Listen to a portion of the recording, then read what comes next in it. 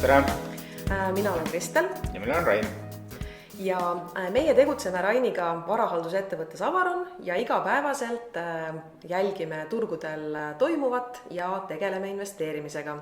Ja meie Rainiga oleme koos töötanud siis tänaseks juba üle 17 aasta. Täna vaatame siis tagasi, mis toimus maikuus, räägime trendidest aktsiaturgudel ja majanduses, mida me oleme näinud, ja siis võib-olla mõnest põnevast faktist või mõnest põnevast juhtumist ka, mida me turgudel oleme märganud. Et peale aprillikuist hingetõmbepausi siis turud jätkasid mais väga korralikku tõusu. USA ja Euroopa põhiindeksid jõudsid meil siis mai keskel oma tiputasemete juurde. Kõrge tootlusega võlakirjad näitasid ülihead tootlust maikuus, küll madalama tootluse ja madalama riskiga võlakirjade hinnad kukkusid ja investorid on endiselt valmis võtma kõrget riski aktsiaturgudel, sest majandusväljavaade tundub päris optimistlik ja suvel saabuvad siis esimesed intressikärped, mida ka siin investorid ootavad. Ja me täna siis lindistame seda just peale Euroopa Keskpanga siis 25-punktilist intressi alandamist. Nii et see on päris huvitav päev ja huvitav hetk. Ja Avaroni fondidele oli ka maikuu väga tulus ja väga äge, sest meie aktsiafond Areneva Euroopa fond tõusis 1,4%, olles nüüd aasta algusest lausa 13,7% plussis ja fondi viimase 12 kuu tootlus on lausa üle 30%. Ja meie siis ütleme Tsipa madalama riskiga fondi, Avaroni privaatportfelli fondi tootlus oli lausa 2%. Ja fond on ka tugevalt sinna tootlust näidanud pea 6% aasta algusest üleval ja siis 12 kuuga teeninud 13,3%. Nüüd, Rain, kas sinu jaoks tuli maikuu tugev turgude tootlus üllatuseks ja kuidas sa üldse seda maikuud turgudel kommenteeriksid? Kui vaadata seda, et üldine majandusseis on püsinud tegelikult väga tugev, vaatamata kõrgetele intressidele, siis see aktsiaturgude tugevus tegelikult väga suure üllatusena ei tule.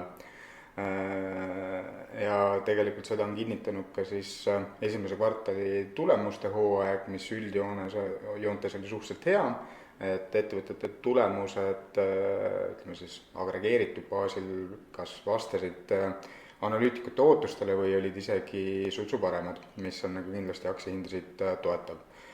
Aga võib-olla, et kui me vaatame ennekõike just USA poole, siis kindlasti tuleb ära märkida seda, et see nii aktsiahindade tõus kui ka kasumite kasv on olnud väga palju kaldu siis üksikute tehnoloogiaettevõtete poole, mis on selles mõttes kindlasti, need ettevõtted on suutnud teha väga palju innovatsiooni ja tehnoloogilist arengut ja see mingil määral kindlasti ka kajastub nende kasumite kasvus, aga täna aktsiahinnad ikkagi hindavad võib-olla seda tuleviku kasvu seal päris optimistlikult sisse, et eks näis, kui palju need ettevõtted edaspidi suudavad veel positiivselt üllatada.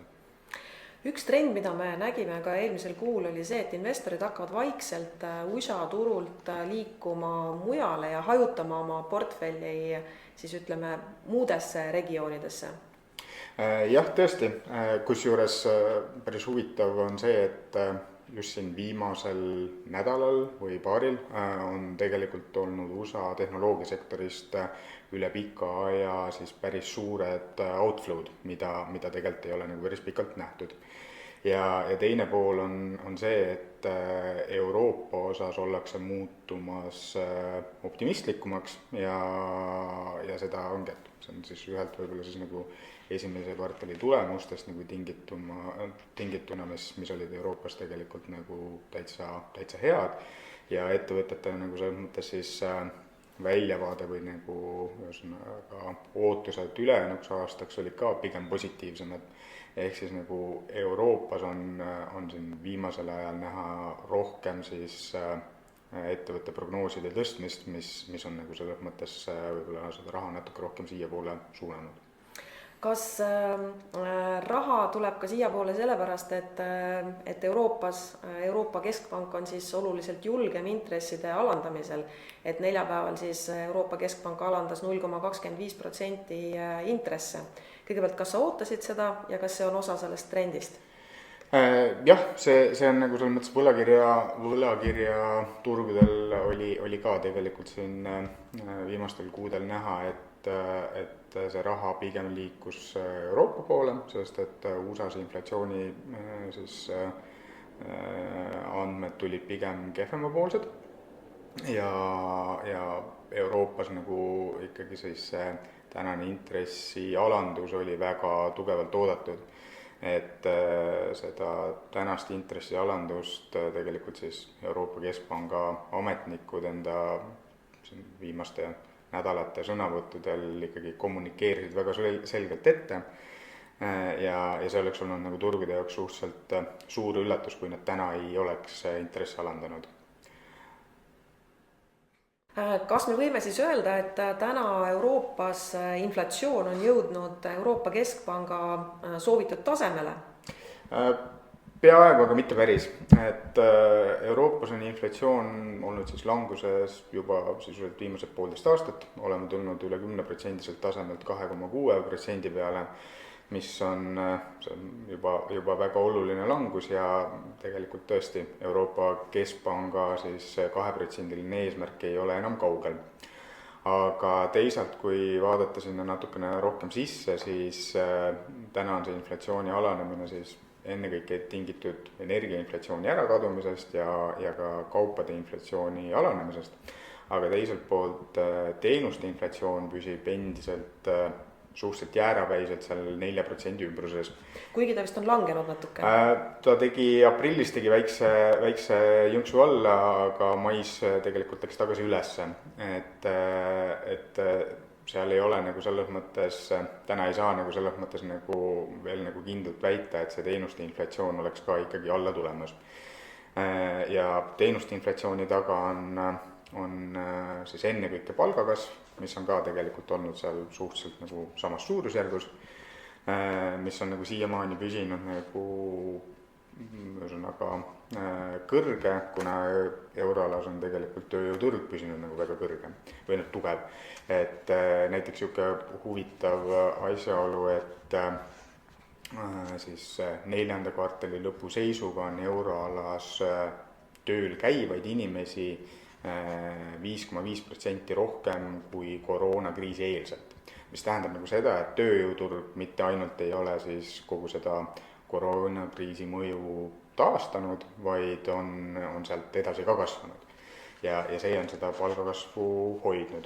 Aga võib-olla nagu selles mõttes ettepoole vaatavalt siiski tundub, et see palgakasv alaneb, et näiteks me hoiame silma peal sellisel näitajal nagu Indeed Wage Tracker, mis siis põhimõtteliselt kogub kokku erinevatest portaalidest töökuulutustes indikeeritud palgatasemed ja need viiakse nagu võrreldavale tasemele.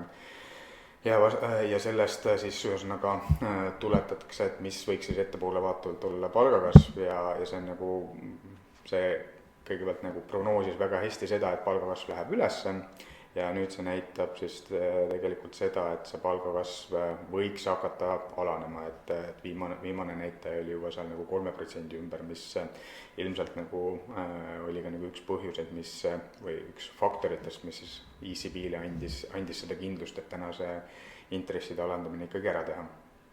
Päris huvitav on see, et palgakasv meil küll nüüd alaneb, aga samal ajal on selle kuu üllatajad olnud ju toormed. Jah, ma isegi ütleks, et mitte ainult nagu selle kuu, vaid siin sisuliselt ütleme sealt veebruari lõpust või märtsist, et on päris mitmed toormehinnad päris tugevalt tõusnud, et võib-olla ongi, et inflatsiooni jaoks on eriti Euroopas kõige olulisemad kindlasti energia, et gaas ja elekter, et need mõlema nende hinnad on siis ütleme veebruari lõpu põhjadest tõusnud suurusjärku 50%. mis on nagu selles mõttes päris oluline tõus, et ühest küljest jah, võib-olla kui võrrelda nagu nende tasemetega, mis meil siin aasta-kaks tagasi olid, siis need tänased hinnatasemed tunduvad ikkagi mõistlikud, aga võib-olla nagu selles mõttes need niisugused veebruari-märtsi hinnad andsid natukene nii ettevõtjatele kui ka makroanalüütikutele nagu alust arvata, et need siis disinflatsioonilised protsessid kestavad rohkem, aga täna pigem siis see taganttuul on juba muutunud vastutuuleks. Üks päris huvitav trend, mida me nüüd turgudel näinud oleme, on spekulatiivsete võlakirjade seas ettevõtete kasv, mis ei suuda oma intressimakseid siis tasuda. Et investorile, kes igapäevaselt võib-olla turgu ei jälgi, tundub see päris nagu hirmutav, et mida see indikaator üldse meile võiks täna näidata? Esiteks jah, kui sul portfellis mõned võlakirjad nõnda öelda lähevad hapuks, siis see ongi hirmutav ja ilmselt põhjusega. Aga kui vaadata natuke suuremat pilti, siis võib seda tõlgendada mitmed pidi, et see näitab tegelikult siis seda, et esiteks turul on juba siis selgunud esimesed nagu sellised nõrgad kohad või esimesed püksteta ujujad. Ja see tähendab siis seda, et need hirmud on palju selgemini juba nende võlakirjade hindades kajastatud. Turud isegi selles mõttes kipuvad vahel minema nagu, kui on nagu liiga positiivsed asjad, minnakse ühele poole üle võlli, kui on nagu negatiivsed asjad, siis minnakse teisele poole üle võlli. Et kui need nagu sellised ettevõtte makseraskused on väga tugevalt juba võlakirja hindadesse sisse hinnatud, siis tegelikult tänasele investorile on see pigem võimalus. Ja kui me vaatame, et täna on siis euro siis kõrge tootlusega võlakirjade siis mitte tahteaegselt ettevõtted, kes ei suuda õigeks ajaks võlgasid ära maksta, osakaal tõusnud 4% peale, siis normaalsetes oludes on see näitaja olnud seal kusagil 2% ümbruses ehk 2 korda kõrgemal tasemel. Koroonakriisis käis see ära umbes 6% juures ehk meil on sinna veel natuke minna ja 2009 finantskriisis, mis oli ikka siuke väga tõsine finantskriis, käis see 9% peale, et kindlasti ei saa nagu väita seda, et täna see näitaja enam ei saa halvemaks minna, aga see on juba päris oluliselt üles liikunud ja pannes see nüüd konteksti sellega, et täna ikkagi pigem tundub, et seda niisugust väga tugevat majanduslangust kuskilt otsast ei paista, kuigi nagu selles mõttes seda on väga pikalt oodatud ja ka ise oleme nagu seda riski nagu arvesse võtnud, siis seda kusagilt ei paista ja kui seda tugevat majanduslangust ei tule, siis ei pruugi need default rate'id ka väga kõrgele minna. Ja kui me paneme nagu selles mõttes selle siis niisuguste võlakirja indeksite konteksti, et kui vaadata, kuidas ajalooliselt, kus kohas siis on indeksites olnud kõige paremad ostukohad, siis need on olnud need hetked, kui siis default rate on juba üles läinud. Et selles osas nagu ei pruugi nagu täna olla üldse halb võimalus. Ja see on ka nagu selles mõttes nagu see, et see on niimoodi, et refinantseerimiste ja igasuguste siis võlakirjade ülerullimistega, et kui ettevõtted on sattunud makseraskustesse, siis jah, ühest küljest on nagu see, et võib-olla investorid on kohati sundseisus, et nad ei saa sealt kogu raha tagasi, aga teistpidi on ka ikkagi see, et need emitendid on juba nurka surutud ja nad peavad pakkuma investoritele mahlasemaid tingimusi, et üldse nagu selles mõttes keegi siis oleks neile nõus laenu andma. Ehk siis täna on võlakirja investorile ideaalne aeg investeerimiseks. Default rate'id on üles läinud, mis annab kohe nii-öelda ostusignaali investoritele. Samal ajal meil on selge, et intressitsükkel on muutumas, intress hakatakse alandama. Aga veel on kõrged. Ja, aga veel on kõrged täpselt, ehk et võlakirja investor saab nautida seda kõrget intressitaset. Et see on ka põhjus, miks me ise oleme täna väga suured kõrge tootlusega võlakirjade fännid. Aga kui me viimasel ajal, eriti viimastel kuudel siin Eestis ringi vaatame, siis tundub, et võlakirja emissioone tuleb siin Eestis ja samamoodi Baltikumis nagu Vändrast saelaudu. Et kas see on nüüd ainult meil Eesti fenomen või näeme me sarnast trendi ka mujal maailmas? Ei, see ei ole ainult Eesti fenomen, et seda on tegelikult näha enam igal pool. Ma natuke vaatasin statistikat, et alates aasta algusest on siis Euroopas kõrgetootlusega võlakirju emiteeritud umbes üle 300 miljardi euro väärtuses, mis on siis 20% rohkem kui eelmine aasta samal ajal. Ja USA-s on tegelikult see võlakirjade siis emissiooni maht olnud isegi veel suuremas kasvus, seal oli esimeses kvartalis emiteeriti 40% rohkem mahuliselt võlakirju kui eelmine aasta. Et see näitab jah seda, et ühesõnaga tegelikult on investoritel päris suur huvi siis võlakirjadesse investeerida, mis tähendab, et ettevõtted saavad seda raha kaasata ja teisalt näitab siis seda, et ettevõtted vaatavad, et elu ei jää seisma ja tuleb nagu selles mõttes finantseeringut kaasata. Aga muidugi päris huvitav on nagu see, et justkui vaadata USA turgu, aga eks see on Euroopas ka laias laastus samasugune, et siis see aasta on vist oli 77% siis võlakirja emissioonidest on olnud refinantseerimised. Ja ajalooliselt on nagu refinantseerimiste osakaal olnud seal pigem 50% ümber. Mis siis tegelikult, mida sellest siis võib välja lugeda, on see, et esiteks täna ikkagi tehakse selgelt vähem uusi investeeringuid ja ka näiteks siis ülevõtmistehinguid. Aga kui siis ikkagi võlakirja tähtaeg saabub, on vaja tagasi maksta ja ettevõte ei ole suutnud ei suuda seda kassavoost tagasi maksta, siis lihtsalt tuleb see refinantseerida ja mis tegelikult tähendab ka siis seda, et ettevõte on sunnitud siis pakkuma tänaseid turutingimusi. Aga miks meil Eestis ja üldse Baltikumis on emissioonid nii kõrgelt ülemärgitud?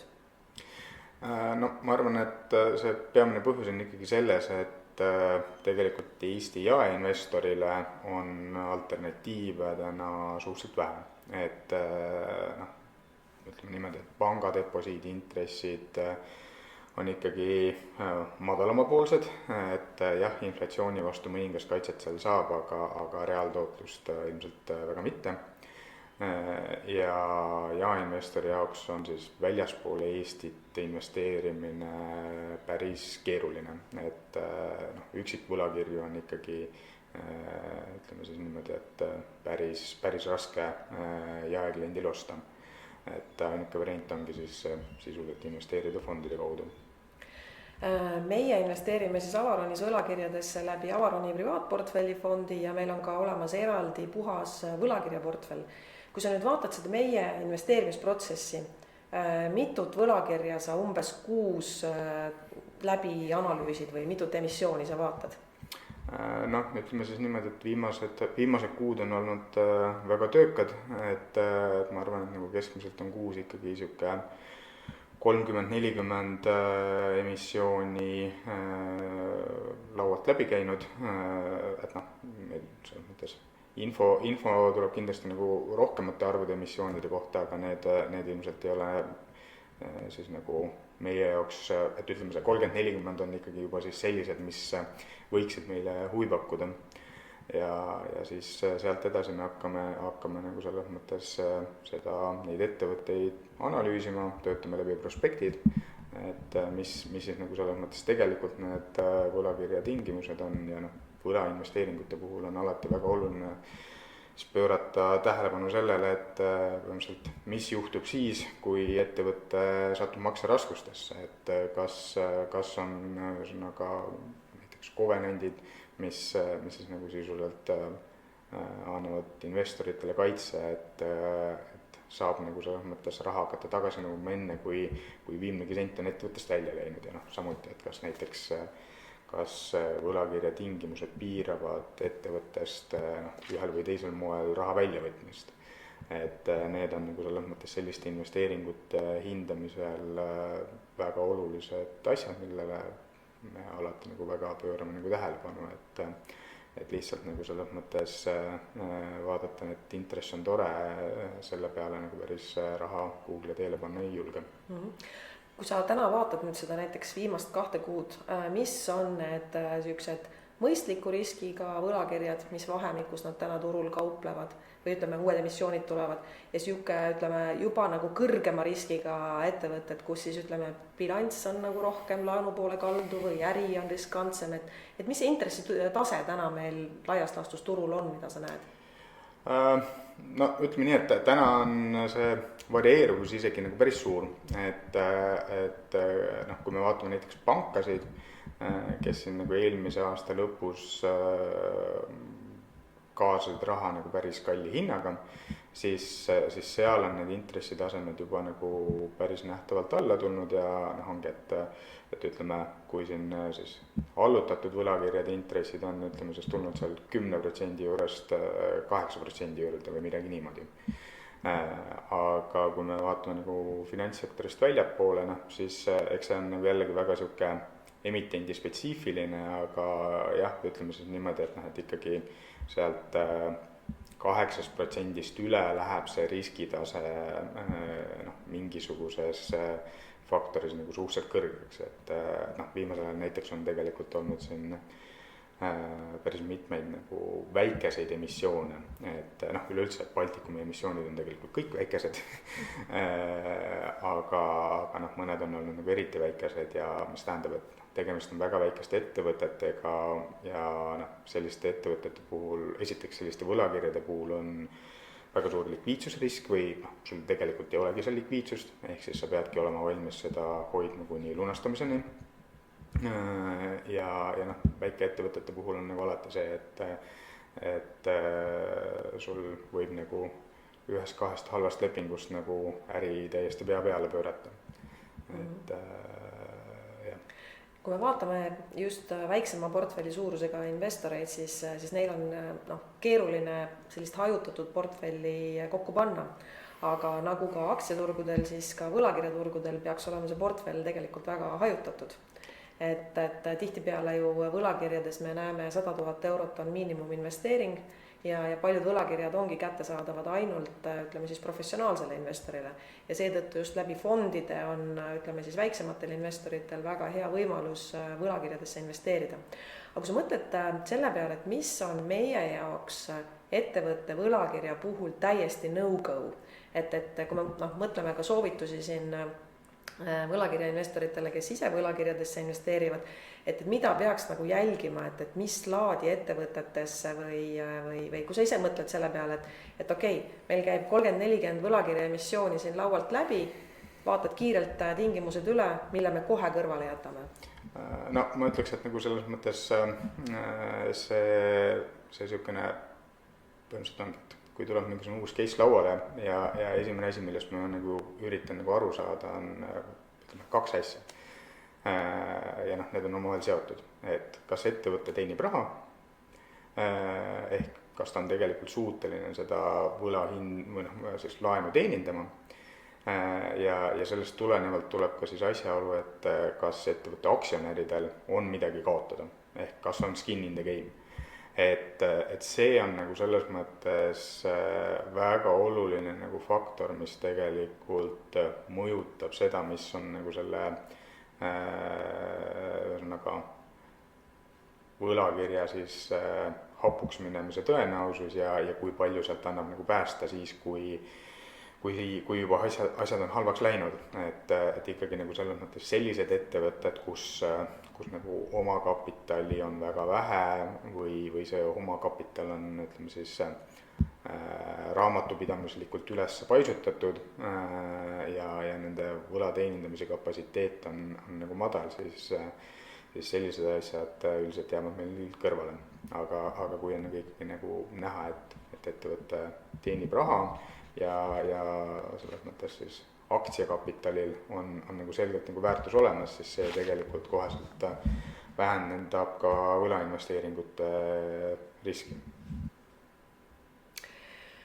Üks huvitav trend, mida me oma portfellides täna märkame, on see, et varsti lõppema hakkavate võlakirjade tootlused on alanenud siis enne lõppu ning mõttekas on juba portfellis teha ümberpositsioneerimised ehk siis madalama tootlusega võlakirjad välja müüa ja siis osta asemele siis kõrgema tootlusega võlakirju.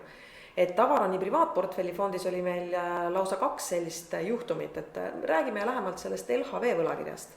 Jah, me olime siis investeeritud LHV 2025 tähtajaga MREL võlakirja, mis siis riskitasemel peaks olema allutatud võlakirjast veel madalama riskiga pigem. Investeerisime sinna eelmise aasta lõpus ja ostuhinna pealt oli siis selle võlakirja tootluseks 8%. Ja nüüd see kuu siis LHV tegi sellele ennetähtaegse refinantseerimise, ehk siis pakkus võimalust üle nominaalhinna see võlakiri tagasi maksta. Ja selle hinna pealt siis selle võlakirja nagu alles jääv tootlus oli kõigest 3,4%, ehk siis mis isegi deposiidis saab paremat. Aga samal ajal siis nad emiteerisid ka uue võlakirja ja see tehti 5,4% tootluse pealt. Ja me otsustasime seda uut võlakirja mitte märkida, sellepärast et see on juba meie arvates natukene nagu liiga madal tootlus. Et me näeme nagu täna võib-olla küll natuke kõrgema riskitaseme juures, aga selles mõttes, et on endiselt võimalik siis niisuguse adekvaatse riski juures saavutada nagu kõrgemat tootlust.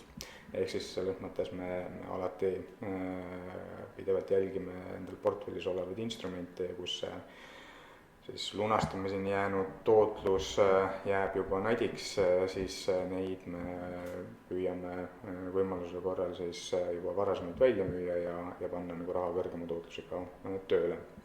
Et ongi see LHV võlakiri nagu selles mõttes hea näide, et seal me tegelikult siis ikkagi teenisime lisaks nagu jooksvale intressitulule ka siis nagu võlakirja hinna tõusult väikse lisakasumi.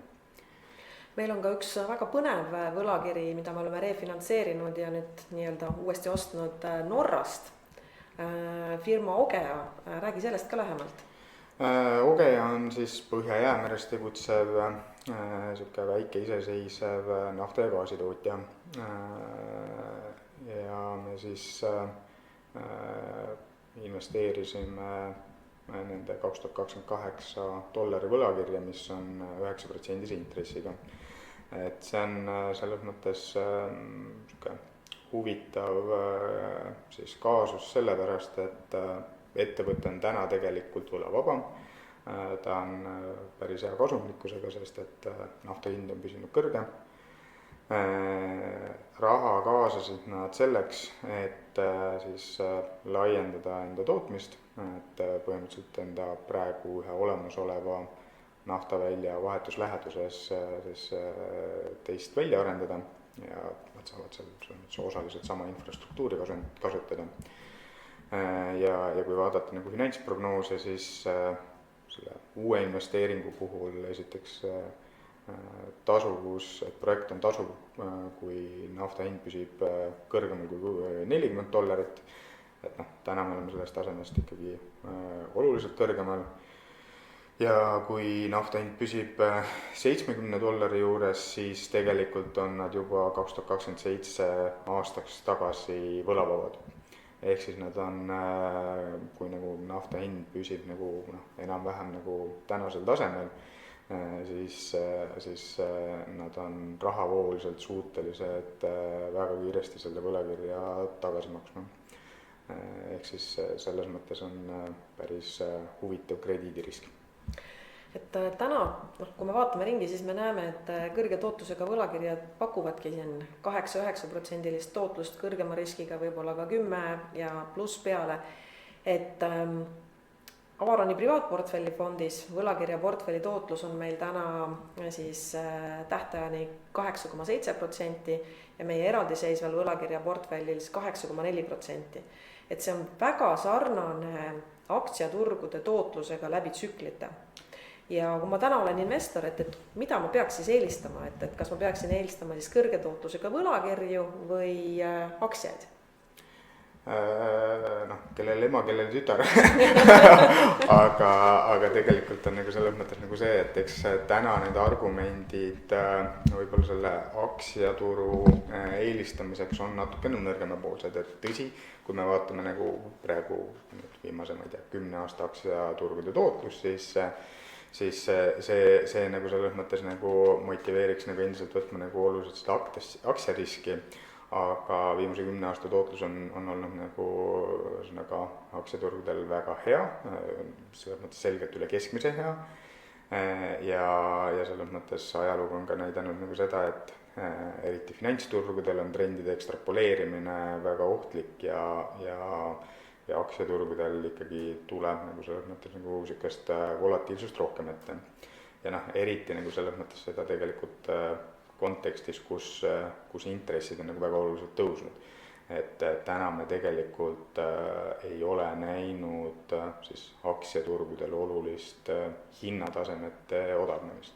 Et jah, on olemas mingisugused segmendid, mingisugused ettevõtted, kus tegelikult on nagu väga korralik korrektsioon ära käinud ja kus on nagu selles mõttes nagu mõistlik nagu seda aktsiariski võtta, aga võib-olla nagu üldiselt turgude perspektiivis või aktsiaturgude perspektiivis nagu tasub nagu võib-olla natukene nagu selles mõttes olla ettevaatlik aktsiate osas. Täna meil privaatportfellis ongi üle 60% on meil kõrge tootlusega võlakirjad ja alla 30% on siis aktsiad, et sa ise arvad, et selline balanss on täna mõistlik? Jah, et selles mõttes, eks see ongi täpselt see, et võib-olla alati, et kui vaadata üleüldse, et kuidas nagu selles mõttes ka läbi ajaloo edukad investorid on siis toimetanud, siis tavaliselt need edukad investorid on sellised, kes arvestavad siis sellega, et võivad realiseeruda erinevad stsenaariumid. Ehk siis jah, tõesti me võib-olla oleme nagu aktsiate osas suhteliselt mitte positiivsed, aga see ei tähenda nagu tingimata nagu seda, et aktsiaturgudel ka mingisugune suur langus realiseerub. Et mingisugust aktsiaalokatsiooni on kindlasti nagu mõistlik hoida ja eriti kui sa oled nagu selles mõttes nagu sihuke selektiivne ja valid nagu selles mõttes selliseid ettevõtteid, kus see võib-olla siis hinnatase on mõistlikum. Et ongi täna näiteks meil portfellis on nagu selles mõttes mõningaid tsüklilisi ettevõtteid, kus on nagu selles mõttes, kus on hinnatasemed nagu selles mõttes päris oluliselt langenud, kus võib-olla ka täna ettevõtete tulemused on selles mõttes siis kehvemapoolsed, aga meile just siuksed asjad nagu meeldivadki, et kui nagu see on tegelikult tugev ettevõte, kus on nagu lihtsalt nagu siuksed tsükliline nagu selles mõttes madalseis, siis see tähendab seda, et ilmselt nagu mingi perspektiiviga võiks seal tekkida hoopis parem nagu selles mõttes finantsseis.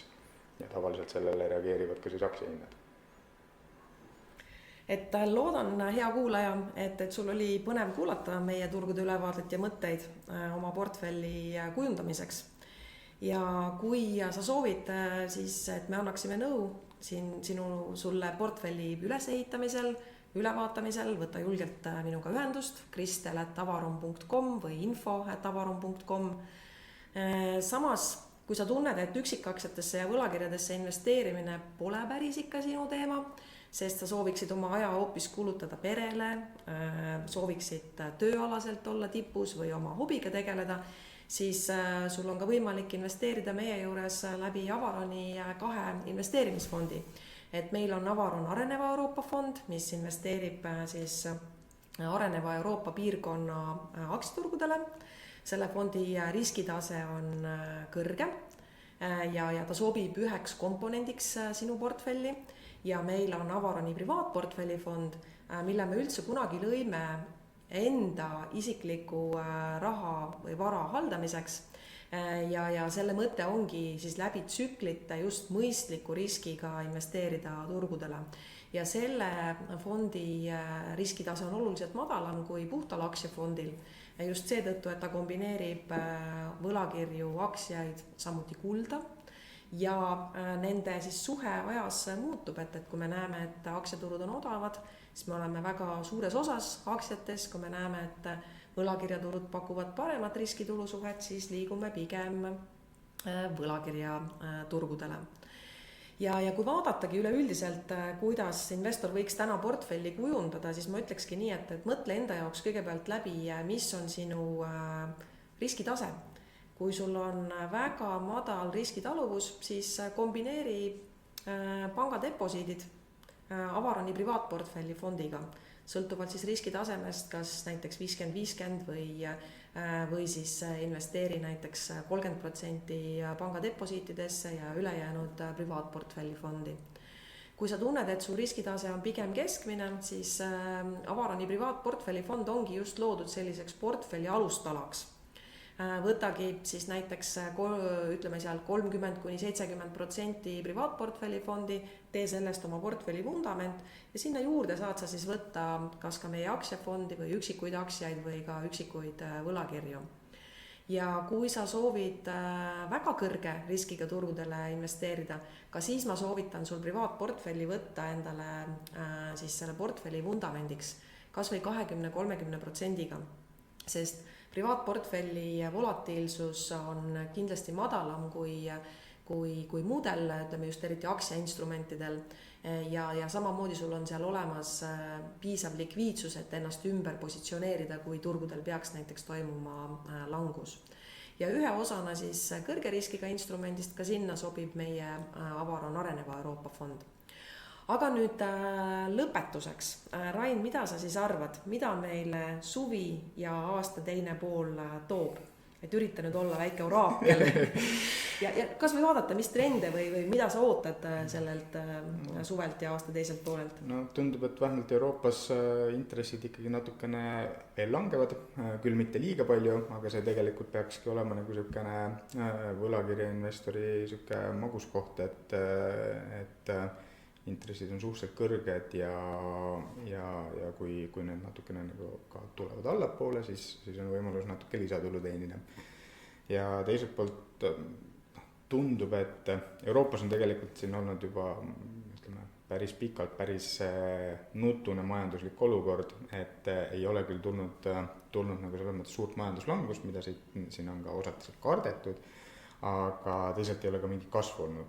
Aga praegu nagu tundub, et võib-olla nagu selles mõttes natukene hakkab tunneli lõpus seda valgust paistma, et kindlasti siin aitavad kaasa langenud energiahinnad, et mõned nagu selles mõttes sellised ettepoole vaatavad indikaatorid on hakanud juba nagu nokka ülespoole keerama ja mis on ka nagu siin seda majandust päris palju siis mõjutanud on nagu varude tsükkel, et siin viimase aasta jooksul on paljud ettevõtted, eriti võib-olla jaekaubanduses üritanud enda siis sisseostetud varusid vähendada ja tänaseks on juba tegelikult need varud kohati jõudnud sellisele normaalsele tasemele, et tuleb hakata uuesti nagu sisse ostma ka, mis siis nagu tegelikult peaks siis tähendama nagu seda, et tuleb ka mõned nagu tehased ja tööstused uuesti käima lükata. Väga äge, aitäh sulle! Palun! Soovime kõigile ilusat suve ja kohtume uuesti sügisel. Kui sa juba ei ole meie kuukirja listis, saada mulle email kristel@avaron.com, panen su meie igakuise turgude ülevaadete listi. Suur tänu! Nägemist!